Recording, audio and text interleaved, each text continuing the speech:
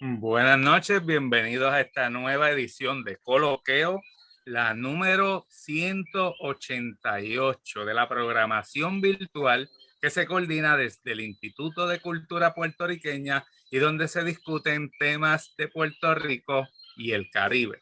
Yo soy Pablo Luis Crespo Vargas. Esta noche estaremos presentando el libro Anoche te soñé, de la autora Aide Sayas Ramos. Y como moderadora invitada tenemos a Dariana Rivera, editora de Ediciones En Serio. Buenas noches, Dariana, Aide. Nada, podemos comenzar. Noches. Muy buenas noches. Muy buenas noches y gracias, Pablo, por la presentación.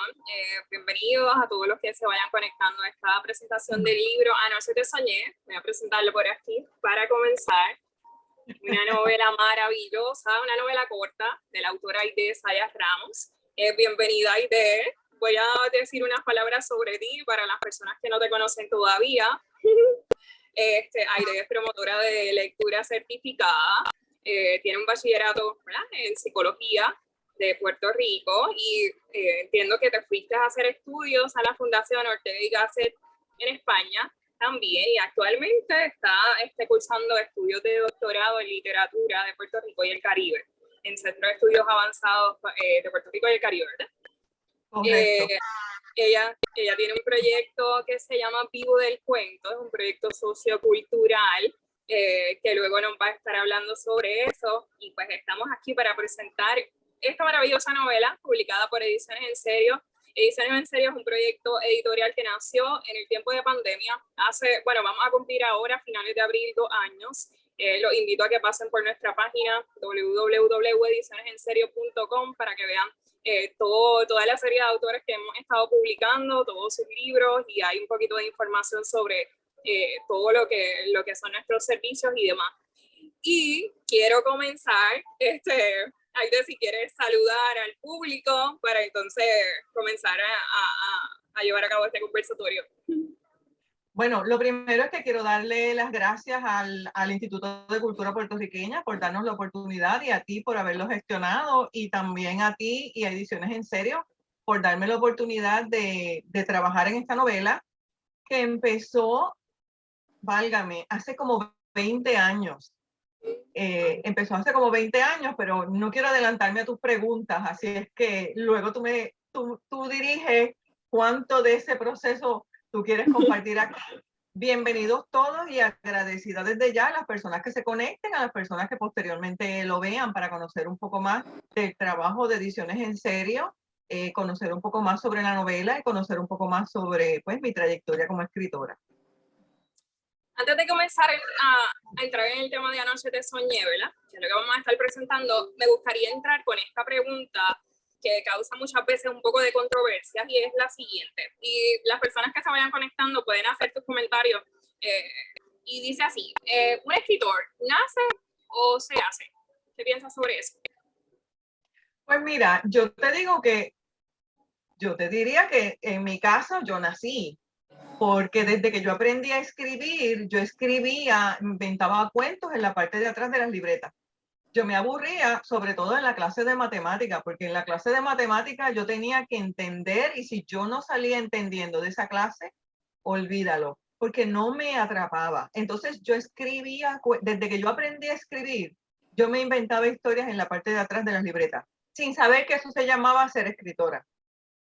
Quiero leer un fragmento de algo que tienen escrito en la página web. Pueden visitar la página web de Aide, se llama www.vivodelcuento.com, y dice así: desde niña, esto es en palabras de Aide, desde niña me gustó jugar con las palabras, inventaba cuentos en la parte de atrás de las libretas, lo que está diciendo, desde que aprendí a escribir. Me encanta inventar nuevos significados, combinar las palabras de forma novedosa e intentar el balance entre hacer reír y poner a la gente a pensar.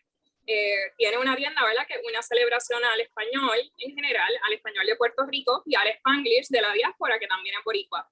Y para ella, vivo del cuento, además de una filosofía de vida, vivir de lo que le apasiona. Vive de las palabras, el arte y la risa, y ese es su cuento.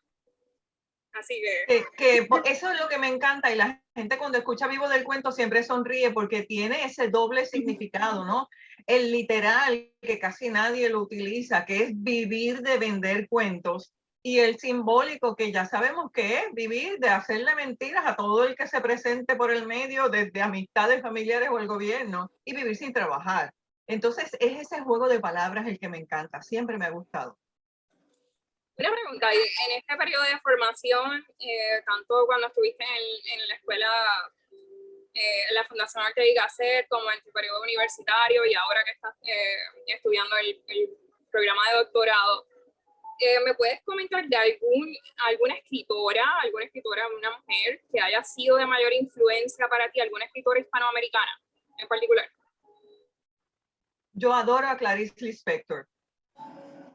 Ella es fabulosa. Su historia personal es fascinante.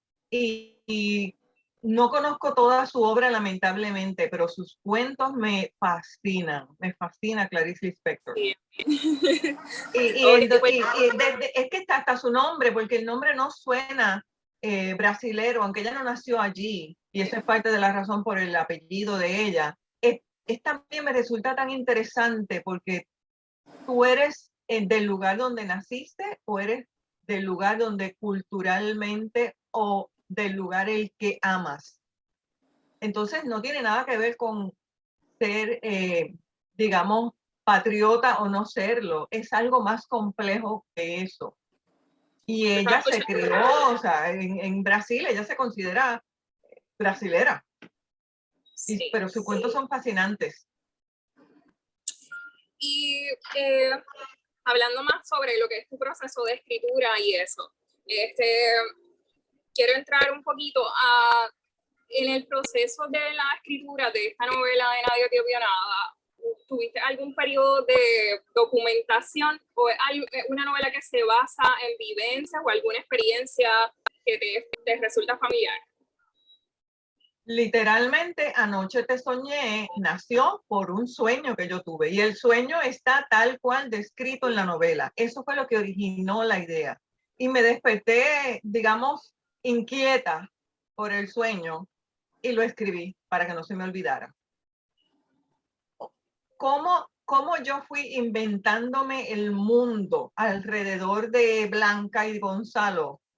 No sé. Me surgía alguna idea, le iba escribiendo. No te podría decir a ciencia cierta tampoco en qué momento yo decidí o qué inspiró, cómo está escrita, porque hay una manera particular de cómo termina cada capítulo y empieza el siguiente. Lo que sí te puedo decir es que para yo ser bien consistente con la descripción física de los personajes, yo seleccioné a unas figuras públicas y empecé a recortar de revistas, de periódicos, cada vez que encontraba alguna imagen de ellos. Al Ahora punto disculpa, nunca te había comentado que al punto de que mi jefe, yo trabajaba con brasileros, y mi jefe un día ve la imagen de uno de esos actores que yo había seleccionado para los personajes y los recortó y me dijo, toma tu novio, y me llevó la imagen al escritorio porque sabía. En mi hora de almuerzo yo andaba buscando imágenes.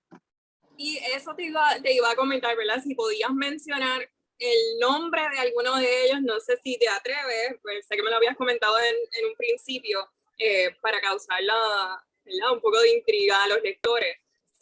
Si puedes mencionar el nombre de uno de esos artistas en los que te vas para desarrollar los personajes.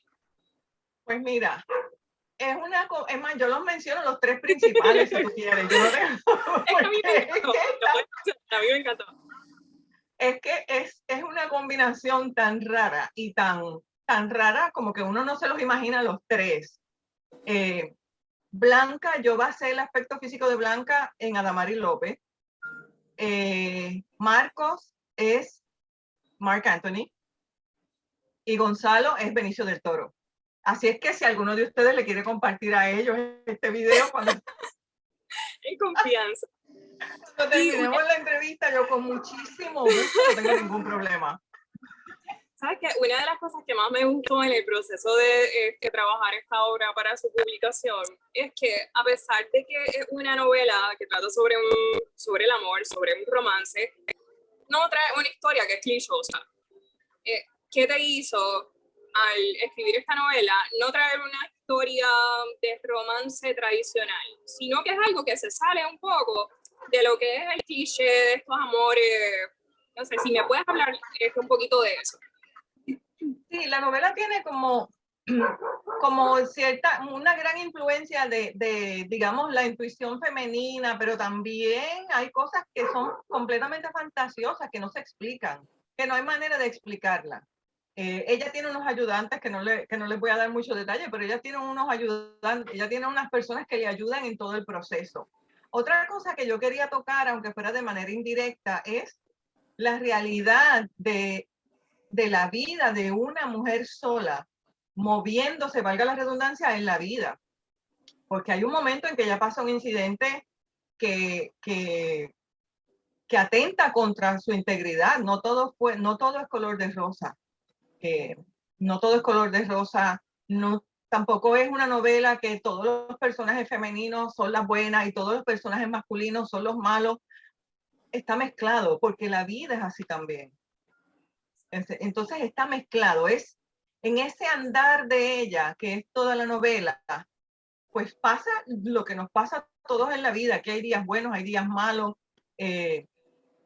pero sí, la verdad es que ella es alguien que contra toda lógica cree en su intuición y le da prioridad a tratar de ser feliz. Yo quería compartir, entramos a ya un poquito más de lleno, quería compartir un fragmento de una reseña que hizo la doctora Ángela María Valentín, y es precisamente la reseña que se encuentra en la contraportada del libro. Voy a leer un fragmento que dice así. Aide Sayas Ramos, narradora puertorriqueña y gestora del proyecto cultural Vivo del Cuento, nos entrega una novela corta que rompe con todos los clichés habidos y por haber sobre las historias de amor para transitarnos por la peculiar de Blanca y Gonzalo. La intuición se adelanta al conocimiento físico y estos amantes se dejan atrapar por ella. Y por ella es que Blanca se lanza a la búsqueda genuina de la felicidad a toda costa y a través del recorrido de un nuevo e inimaginado camino. El viaje de nuestra heroína nos llevará a conocer lugares y personajes encantadoramente narrados con un humor maravilloso, pieza clave en este texto, muy a lo García Márquez. Nos adentraremos en las calles y en las historias del poblado de Igualada para poder descubrir el poder y la magia de los sueños capaces de transformarlo todo. La hilación perfecta de un capítulo a otro nos conducirá, como condujo a Blanca, al encuentro con la verdad e indiscutiblemente con la libertad. Una lleva de la mano a la otra, porque como dijo un personaje hace unos miles de años atrás, la verdad nos hará libres. Te invito a que recorras a Igualada y a todos los caminos que salen fuera de ella, que experimentes el poder de la intuición, que te rías de lo lindo con las ocurrencias de cada uno de los personajes, que llores con ellos y ellas, porque toda buena historia también nos hace crujir el alma, y que te dejes sorprender por este potente encuentro de almas. Esa es la reseña de la doctora Ángela María Valentín, también poeta, creo que es mayagüezana, ¿verdad? Sí. La María Valentín. Así que quiero preguntarte sobre, creo que mencionaste algo ahorita, pero de la construcción de los personajes. Ya mencionaste que te había inspirado en estos personajes. ¿Cuán complejo o cuán fácil te resultó ese proceso de construcción de personajes? La realidad es que yo, como te digo, yo fui casi caminando en un principio con la novela. Yo digamos que fui caminando y casi viviendo las escenas con Blanca. Porque algo bien curioso con esta novela, y es que yo veía todo como una película. Entonces, el proceso mío era como yo ponía en palabras que el lector comprendiera, que fueran claras, que estuvieran redactadas con una sintaxis que se entendiera, las imágenes, las escenas de películas que yo veía. Y el proceso no paraba. Te cuento que yo no tenía decidido, por ejemplo, dónde se iba a dar la novela originalmente. Y cuando viví en Nueva York, trabajé con una amiga que ahora mismo vive en Singapur. Y en ese momento, Mary Shelley, estamos un día después del trabajo dándonos una copa de vino y no sé qué, y hablando y qué vamos a hacer. Y ella quería tener unas metas y yo tenía otras, y estamos conversando. Y me comenta, no, porque Igualada, y yo, Igualada. Sí, Igualada es un pueblo de Barcelona y no sé qué, y me habló y yo le dije, eso está perfecto para mi novela. Y ahí se quedó. Ponte que, yo qué sé, 15 años después, un día estamos conversando, literalmente ella está a 12 horas adelante. Y ahí es que le menciono que yo incluí a Igualada en esa novela. Entonces, el proceso fue un poco desarrollándose al paso que iba creciendo la novela y yo iba absorbiendo sin darme cuenta. Yo iba absorbiendo y tomando información de mi entorno. Por ejemplo, y cosas de la infancia. Hay un negocio en la novela que es muy importante, que es un negocio que vende de todas las cosas habidas y por haber para la casa. Y eso me lo inspiró, por ejemplo, una tienda que había en Cagua, que el señor abría las puertas, eran unas puertas de 2 aguas en madera que estaban todas claveteadas y él las abría y de ahí colgaba cacerolas, ollas, lo que fuera, una escoba, un recogedor. Entonces, el personaje del papá de Marcos que tiene la tienda es esa tienda. Es una mezcla de ayer y hoy y el futuro y lo que yo... Pero todo eran imágenes, ese era el reto. Oye, a mí me da curiosidad, porque yo una vez me tiré en la misión de escribir y autopubliqué un libro, y yo recuerdo que en mi proceso de escritura yo tenía muchos papeles pegados en las paredes, o tenía una pared negra, y ahí mismo hacía apuntes, y era como una pared pizarra, por decir así. ¿Cómo era ese proceso creativo con esta historia? Si puedes hacer una imagen visual para que las personas que están escuchando se puedan imaginar un poco cómo es el proceso creativo de los autores, porque muchas veces sí se habla de esto, pero yo quisiera, ya que tú, yo sé que eres muy buena en esto de mostrar a través del cuento, obviamente, si puedes hacer una imagen visual para las personas que nos están escuchando ahora mismo. Pues mira, yo tenía en Nueva York un apartamento que tenía una sala bastante, digamos, rectangular. Y pegada a esa sala rectangular, lo próximo era cocina a la izquierda y a la derecha era el espacio del comedor. Pero yo lo que hice fue que en esa sala rectangular puse una mesa pequeña, un sofá cama para esas visitas que siempre van cuando uno vive fuera. Y en el espacio del comedor, yo 3 paredes las tenía de unos libreros que son más o menos de 3 a 4 pies de alto. Y el resto, mientras yo escribí esa novela, si a mí llega a ir un policía a mi casa, me arrestan pensando que yo era una perseguidora, una stalker de esta gente, porque yo tenía las paredes cubiertas con imágenes de estos actores que ya les mencioné, de estos artistas que eran los personajes principales. Habían otras personas que no son figuras públicas, de las que yo tenía fotografías también para poder describir, para tener bien claro. Y entonces eso me permitió, como tenía tantas imágenes desde diferentes ángulos, me permitió también de imaginarme las escenas desde diferentes ángulos y tratar de escribirlas de esa manera. Pero estaban forradas las paredes, o sea, ese era el adorno. Qué belleza. Ok, y sé que escribes cuentos, obviamente eso es tu premisa o tu proyecto vivo del cuento. ¿Tienes alguna otra novela publicada? ¿Y cuán diferente, cuán fácil o cuán difícil fue el proceso? Si tienes alguna otra novela para trabajarla en comparación con Anoche te soñé. Bueno, tengo otras 2 novelas, pero son juveniles, aunque en términos de novela a novela, en términos de complejidad, en términos del proceso, no hay diferencia. Es, digamos, la temática. Y de pronto nos llegó un norte. Es una novela juvenil, se desarrolla parte en el área metro y parte en Salinas, Providencia, que es lo que mucha gente conoce como Playa Santa. Y fue una experiencia maravillosa hacer la investigación, porque me fui con mi tío desde las 7 de la mañana y llegué a las 11 de la noche. Yo vivo en Cagua. Llegamos a las 11 de la noche a Cagua entrevistamos personas, yo tomé fotografías para realmente poder ambientar. La otra que salió en este año, Crónicas de Holgazán.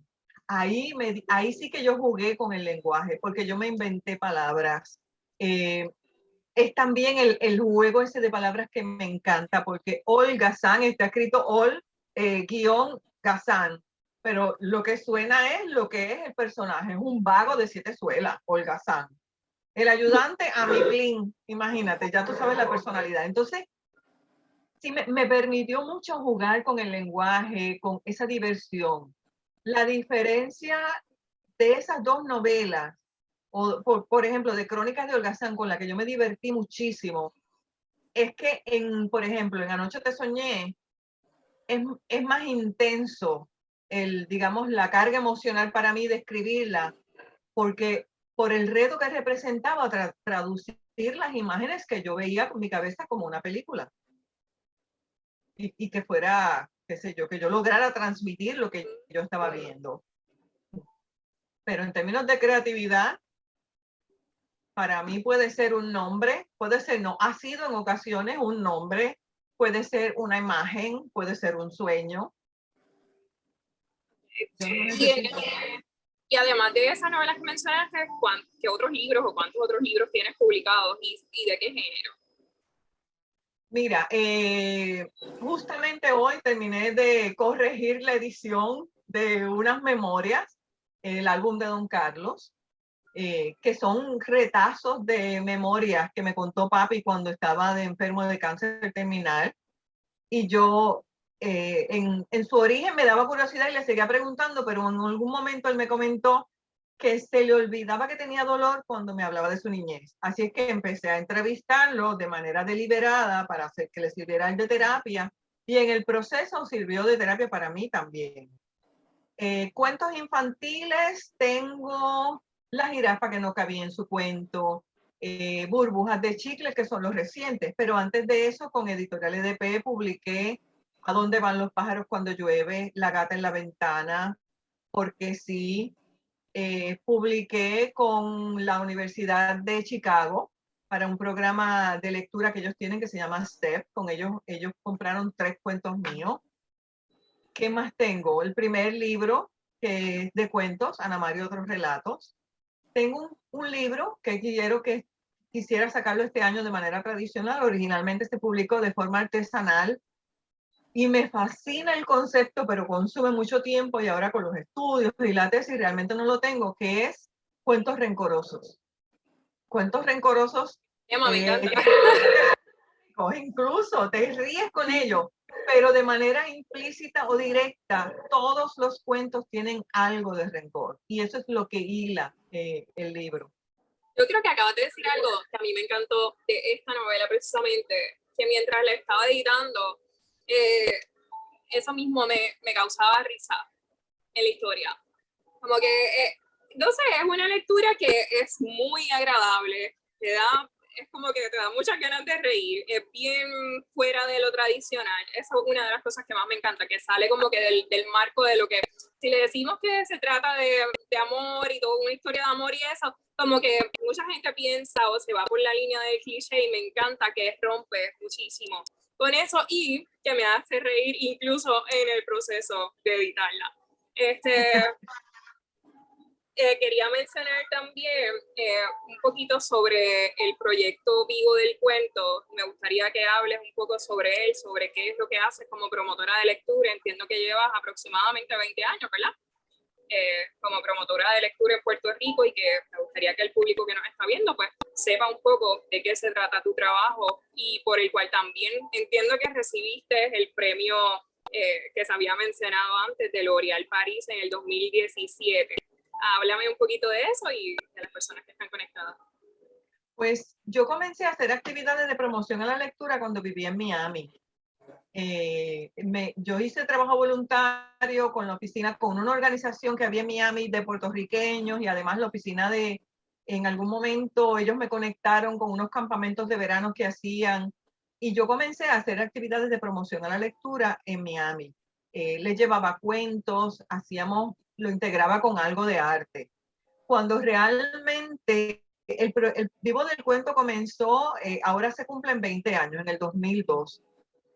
Cuando toma más auge es cuando regreso a vivir a Puerto Rico en el 2008. Pues porque aquí no hay, todo es en español. Además que 1 o 2 años después abro la página en Facebook y entonces logré tener pues mayor difusión, conexión con otras personas. El propósito de Vivo del Cuento es promover la lectura y la escritura, tanto creativa como terapéutica, en personas de todas las edades. Yo he hecho proyectos con adultos mayores, con niños desde prekinder hasta escuela superior, universidades. Yo he hecho trabajo voluntario o he hecho trabajos con universidades también, promoviendo pues desde cómo te proyecta hablar, expresarte bien, escribir bien, a olvidemos la gramática, el trabajo es cómo vamos a manejar emociones a través de la escritura, en cuyo caso la gramática no es lo importante, es cómo manejes la emoción y cómo uses la escritura, por ejemplo, o la lectura. También hago trabajo de promover y de darle mentoría a otros escritores, de trabajar con grupos de lectura. Yo siempre les hago la anécdota a las personas cuando es un grupo de lectura que tiene la intención además de aprender a escribir creativamente. Les hago la anécdota de en casa de mi mamá eran 15 hermanos y cuando llegaban a escuela intermedia, después de escuela intermedia, sencillamente pues ya sabes leer y escribir a la casa, sobre todo si eres mujer y si eras de las mayores porque te tocaba ayudar a cuidar a las chiquitas. Pero mami quería terminar el 4º año. Y mi abuelo, que era zapatero, él tenía una zapatería en Juncos, le dijo que lo único que él le podía proveer en ese momento eran los zapatos, que si ella quería estudiar tenía que conseguirse los uniformes. Y mami consiguió a alguien que tenía unos uniformes viejos, se los regaló, ella los descosió, volteó la tela y los volvió a hacer. Y así aprendió a coser. Y después en la escuela vocacional tomó clases de costura. Y yo les hago esa anécdota a la gente porque una manera extraordinaria de aprender técnica literaria es analizando cuentos y leyendo cuentos. Por eso tal vez, y no es que yo sea una estrella, pero yo leí mucho, mucho. Yo recuerdo exactamente en qué lugar y qué yo estaba leyendo el día que a mí la literatura, como dicen ahora, me voló la cabeza. Y entre ese día y mis primeros cuentos pasaron como 10 años. Era leer, leer, leer, leer, leer, leer. Entonces, es bien importante porque yo sé cómo me ha ayudado a mí. Es que yo dije, yo necesito compartir eso con otras personas. Y ahora mismo, hoy, o sea, en estos días, estoy ideando una propuesta. Ya ideé la propuesta, ya me dieron unos minúsculos fondos para hacer unos adiestramientos para educadores, que va a ser gratuito para los educadores, con premisas, prompt, utilizando la literatura para manejar la ansiedad, el estrés, porque la realidad es que nosotros en Puerto Rico, desde el 2017, después de María, o sea, realmente muchas de las personas aquí no hemos o no han podido manejar y salir del estrés. Ahora con la incertidumbre de la pandemia, que la realidad es que uno prácticamente no puede hacer planes a largo plazo, porque tú no sabes si la ola que viene es una ola chiquitita o esa que te hace tragar agua. Entonces, es mucha ansiedad. Y entonces quiero idear, estoy trabajando para hacer un manual con diferentes pies forzados o premisas, como usted le quiera llamar, integrado a las clases, darles ejemplos a los maestros. Los maestros tienen demasiado trabajo ya. Y yo quisiera, aunque fuera algo modesto en términos de páginas, lograr algo a través de Vivo del Cuento que sea para ellos, que no lo tengan que pensar, que ya esté hecho, que usted lo pueda trabajar. Mira, a lo mejor no en ese día no lo puedes integrar a la clase, pero es que en ocasiones, cuando tus estudiantes y tú misma estás tan ansiosa, estás tan nerviosa, estás con tanto estrés, no vale de nada que tú integres la clase porque nadie está aprendiendo. es mejor manejar la parte emocional y volverse a conectar entonces al aula. Así es que, nada, vivo del cuento. Yo siempre digo que trabajo muchísimo para vivir del cuento, porque la verdad es que eso es algo que no concuerda con la frase. Y vive del cuento, y no solamente eso, sino que todo el tiempo está haciendo cuentos. Y yo quiero mencionar una experiencia que vivimos el año pasado, y es que tuvimos la oportunidad de salir junto con la editorial, ¿verdad? En un viaje en parte subsidiado por el Departamento de Comercio y Exportación de Puerto Rico. Fuimos a España, participamos de la Feria del Libro de Madrid, tuvimos la oportunidad de visitar diferentes librerías, Aide tuvo la oportunidad de dejar varias copias de sus libros a la venta en diferentes librerías, ¿verdad? Tanto en Madrid como en Toledo. Fue una experiencia maravillosa, pero yo creo que una de las cosas que más me marcó, yo no conocía a Aide en ese entonces, el viaje fue el tiempo de hacer ese bonding y fue un tiempo maravilloso, pero una de las cosas que más me sorprendió y que yo creo que a todo el mundo que encontrábamos en ese viaje ella hacía reír, era que ella sacaba un cuento de todo. O sea, ella sacaba un cuento de todo, le sacó cuentos al taxista, a la gente del hotel donde nos estábamos quedando. Entonces era como que de la nada tienes esa, no sé si es habilidad, talento, no sé cómo decirlo. Eso es nato en ti, es algo que traes desde tu niñez, es algo que ha ido en aumento ya como que a medida que va aprendiendo, desarrollando, creciendo o con las experiencias de vida, porque me pareció muy, muy curioso eso. Mira, yo no lo había pensado como tal, pero luego, ahora, literalmente ahora que tú lo estás mencionando, estoy dándole para atrás al cassette, que eso es algo bien ochentoso para los que están, ¿no ves? Pero los que están del 80 para acá saben lo que es eso. Yo recuerdo que yo tenía un trabajo, y parece que no contesta tu pregunta, pero sí. Yo tenía un trabajo en banca privada, que eso no tenía nada que ver con mi personalidad. Había que tener $1 millón para abrir cuenta en ese lugar. Y uno de los supervisores siempre me decía, tú tienes una memoria extraordinaria. Y yo le decía, no, yo no tengo una memoria extraordinaria, pero todo lo que yo pueda recordar como un cuento no se me olvida.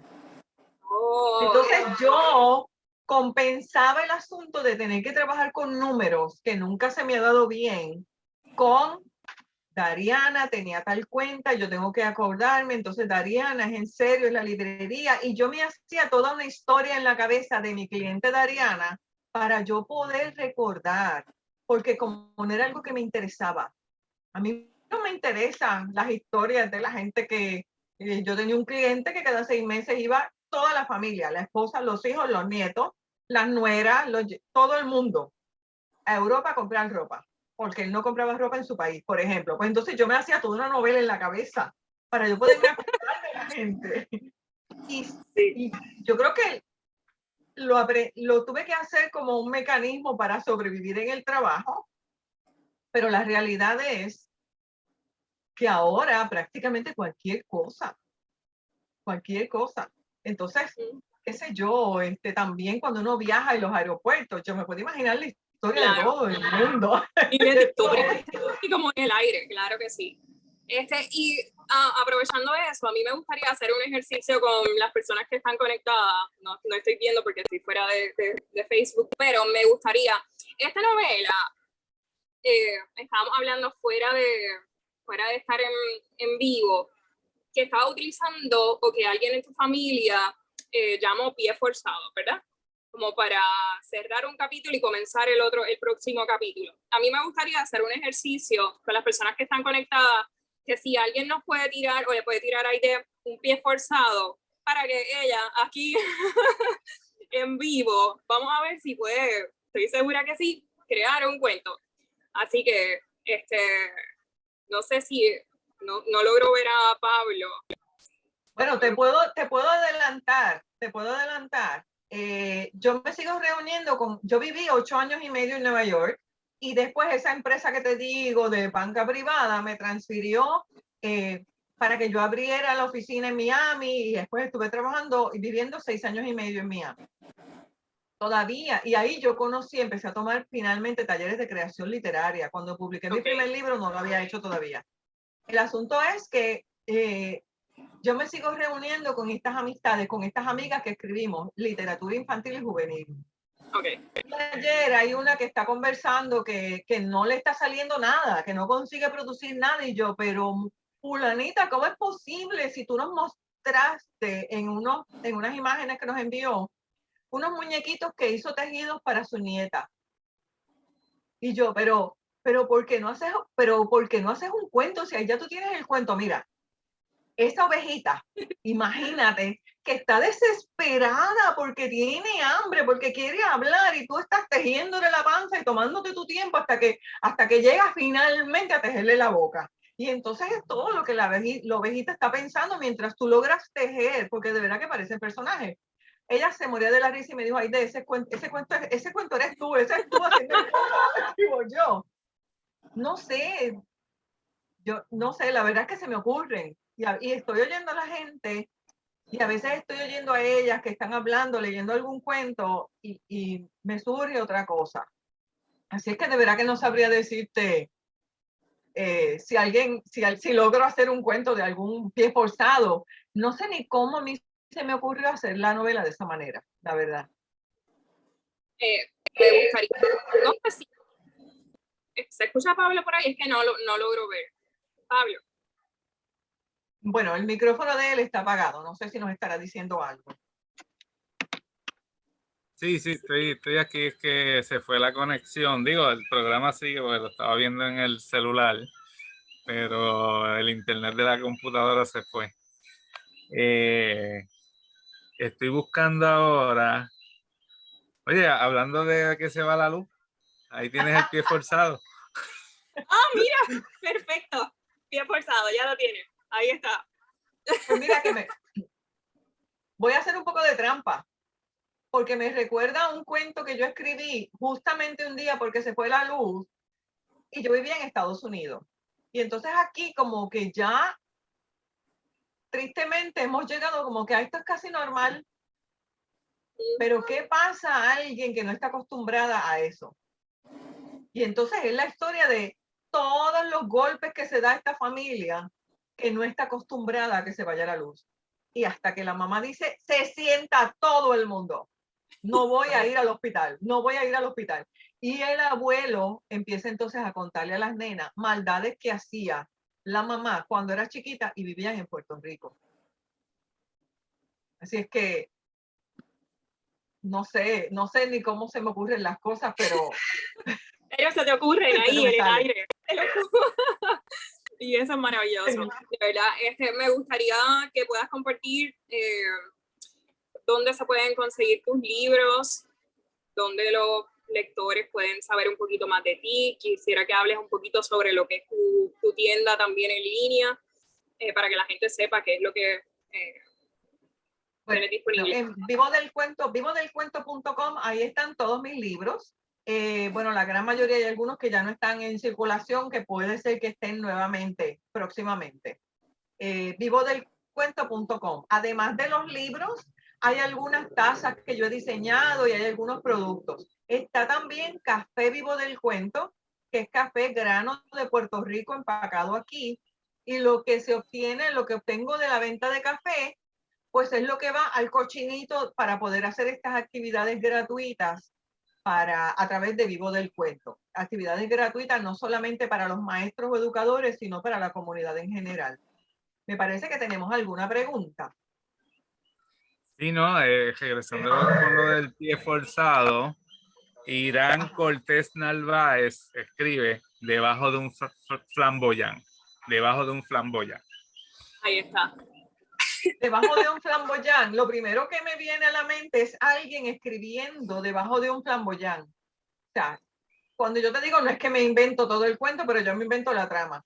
¿Qué pasa si tú estás escribiendo debajo de un flamboyán y te sentaste encima de un hormiguero? Ahí ya tú tienes un cuento.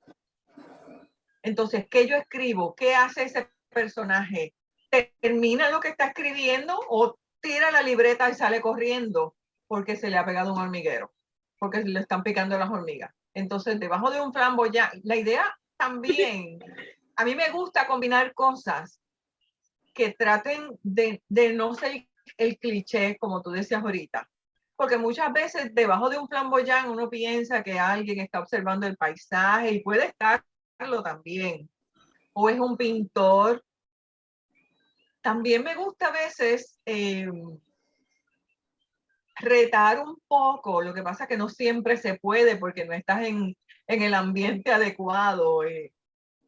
Las princesitas que están debajo de un flamboyán también eructan, porque en los cuentos infantiles, por ejemplo, las princesas nunca hacen esas cosas, por decir algo. Aunque están saliendo cuentos con una narrativa diferente, en la que hay sí princesas que, que hacen cositas que no nos enseñaron. Exacto. Miren, la gente, el público sigue escribiendo. Zaida H. Rosa escribe, Pie forzado, el canto del coquí. Saludos, Zaida. Hay tantos cuentos del canto del coquí, pero a mí me encantaría hacer un cuento del canto del coquí que tanto cantó que se quedó ronco. ¿Qué hizo ese coquí? Porque, de nuevo, la idea es salir como que del cliché. O el canto del coquí, ajá, es un coquí que tenía amistad con una iguana.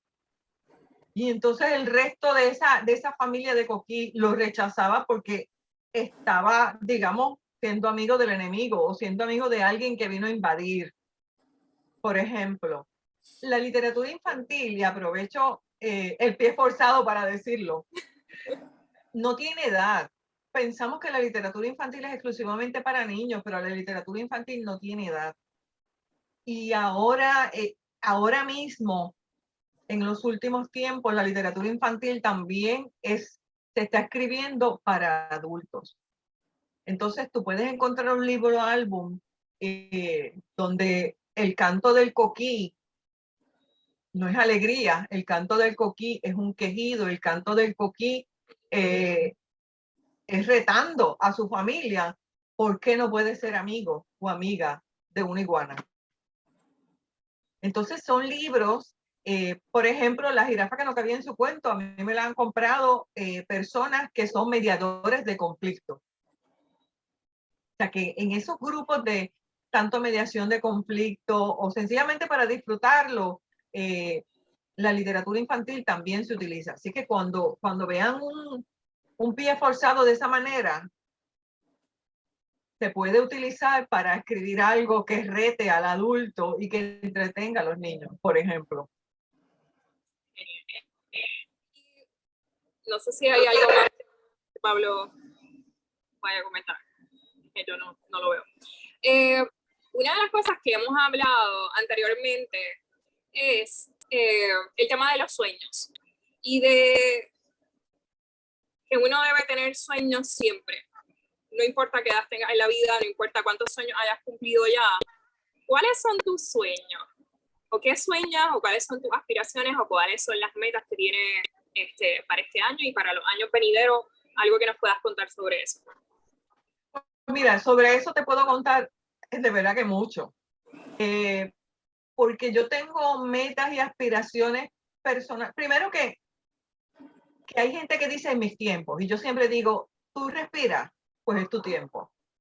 Eso es uno. Dos, parte de mi filosofía es que las metas y los sueños no tienen fecha de caducidad. Entonces no importa qué edad tú tengas, mientras físicamente y mentalmente tú lo puedas hacer, hazlo. O sea, no entiendo eso de que porque tienes tal edad no puedes estudiar o porque tienes tal edad no puedes decidir que ahora tú vas a empezar a ser escritora.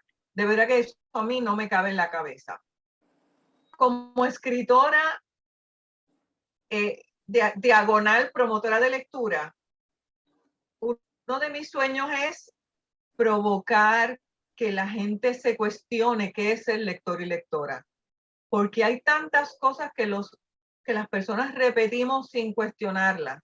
Y realmente tanto hemos repetido que la gente no lee, que hay gente que se lo ha creído. Y en Puerto Rico la gente sí lee. Hoy salió un artículo maravilloso de Eunice Castro Camacho para Lo de Aquí Primero, que trabaja ese tema con el dueño de editorial de La Librería Mágica. Y comparto las palabras de don Arnaldo. En Puerto Rico la gente sí lee. Lo que tenemos que pensar es qué es el lector y lectora. ¿Es quien lee clásicos? ¿O es quien lee pasquines, el periódico, manga, Anoche te soñé? Es en términos de la escritora diagonal promotora de lectura, eso es una meta que yo tengo, seguir insistiendo, insistiendo, insistiendo hasta que mucha gente lo escuche y lo analice o lo cuestione y no repita, es que aquí nadie lee o es que a mí no me gusta leer. Te voy a resumir para ir a la pregunta. Yo quiero que mis cuentos me paguen los viajes completamente, abundantemente. Eso resume mis metas y mis sueños. Ahí yo recuerdo que se lo comenté a alguien hace un par de años y me dijo nada más y yo le dije no, pero eso es para empezar. Yo quiero que mis libros me paguen los viajes porque a mí me fascina viajar. Vamos a ver qué dice la pandemia. No te escucho, tu micrófono está, mira a ver. Ahora, ahora sí. Ahora, Sí. te estaba diciendo que eres maravillosa compañera de viaje. Yo nunca no había viajado acompañada, que no fuera con alguien de mi familia, y me encantó viajar contigo, así que es una maravilla. Pablo, creo que tenías algún comentario. Sí, tengo varias cositas que han escrito antes que se vaya el internet otra vez en mi casa. Hoy no estoy transmitiendo desde el ICP, estoy fuera. Sí, sí, mira, tengo saludos desde Ponce, Raquel Torres, saludos de Raúl Velázquez, saludos desde Panamá, España, Atlanta. Ángela Valentín escribe muchos saludos, querida Aide Sayas y Dariana Rivera, una novela preciosa, enhorabuena por la presentación. Irán A. Cortés escribe, los escritores nacen y se hacen. Siempre existe una inquietud para hacerlo y también se estudia la escritura creativa. De acuerdo con él, porque por ejemplo, mi escritura ahora no es la misma que hace 20 años, porque había una inquietud, había la creatividad de inventar historias, pero por más que tú lees, tienes que seguirlo estudiando, seguir leyendo, seguir corrigiendo. Cuando uno edita en grupo, aprende muchísimo también. Y seguir manteniéndose atento a los cambios que trae la RAI, qué se usa ahora, qué no se usa, qué acento va, qué acento no va, ese tipo de cosas. Yo no digo que sea obligatorio. Habrá personas que a través de la lectura aprenden toda esa técnica, aprenden, digamos, todo lo que tiene que ver con la sintaxis, la gramática, pero la realidad es que es bien importante también estudiarlo. Es una combinación. Es bien difícil enseñarle a alguien a escribir. No me pregunten cómo se hace. Yo puedo hacer ejercicios con las personas. Yo doy mentoría de escritura creativa y terapéutica. Y cuando he tenido personas con las que he estado compartiendo, dándole mentoría de escritura creativa, siempre lo hago en base a lo que han escrito y les puedo dar sugerencias en puntos específicos donde mejorar, les comparto alguna técnica, pero siempre partiendo de lo que han escrito, porque no es algo que se pueda hacer como una receta, pero es importante estudiarlo y para mí escribir es un oficio artesanal, nunca se acaba de aprender. Siempre hay que leer, siempre hay que estudiar algo, así que estoy de acuerdo con Iram, es una combinación de ambas. Lo difícil es o el obstáculo mayor que tiene alguien que quiere escribir es la impaciencia. Entonces no se puede ser impaciente, hay que dejar los textos descansar, vuelves y los lees, búscate a alguien que los pueda editar, búscate a alguien con quien te sientas en confianza y lo lea, porque los cuentos son como los hijos, todos son lindos para uno, pero la realidad, mi gente, es que no es así. Hay que seguirlos trabajando. Hay que seguirlos trabajando. Bueno, no sé si quedan. Pablo, ¿estás por ahí? No sé. Sí, sigo aquí. Si hay otro comentario o pregunta. No, básicamente más saludos. Yelixa García desde Miami, Jael Román desde Laja, saludos. Eva Mercedes Rivera, excelente trabajo el que realizas. Ay, gracias. Ana Raquel envía saludos. Jaúl Velázquez nuevamente escribió con otro saludo. Nada, la gente está bien contenta con lo que ha escuchado. Yo estoy súper agradecida por la oportunidad de compartir con ustedes.